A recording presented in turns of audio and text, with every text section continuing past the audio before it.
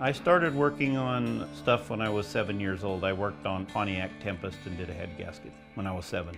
I worked on big trucks and farm tractors and automobiles. My name is David Rosedale, and I got a mesothelioma working on equipment which would have been brakes, clutches, and gaskets. I started at a young age and been doing it my whole life. I went into urgent care and I was having kind of a hard time breathing, and I thought maybe it was allergies, and when I went to urgent care they said that the left lung was collapsed. So they rushed me over to the hospital. I was put in the hospital. They drained 2 liters out of the left lung. There was a biopsy done when they did that, and then it came back positive for mesothelioma.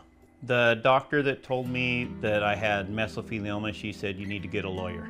And I just happened to look on my phone and I had seen the ad on TV, so I called it when I was in the doctor's office. Sokolove Law sent people out within a day to take my statements and see what was going on, and they got right on it and they handled the case professionally. To file a lawsuit is worth it because it's a life-altering experience.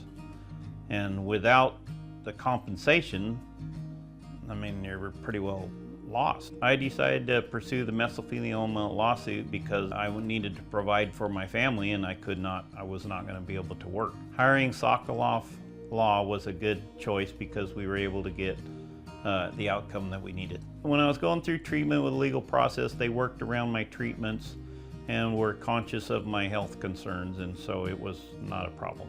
I would recommend, if you're a victim of this, to pursue litigation because the big companies knew this was a problem a long ways back, and it was a monetary concern on their part to keep using the product.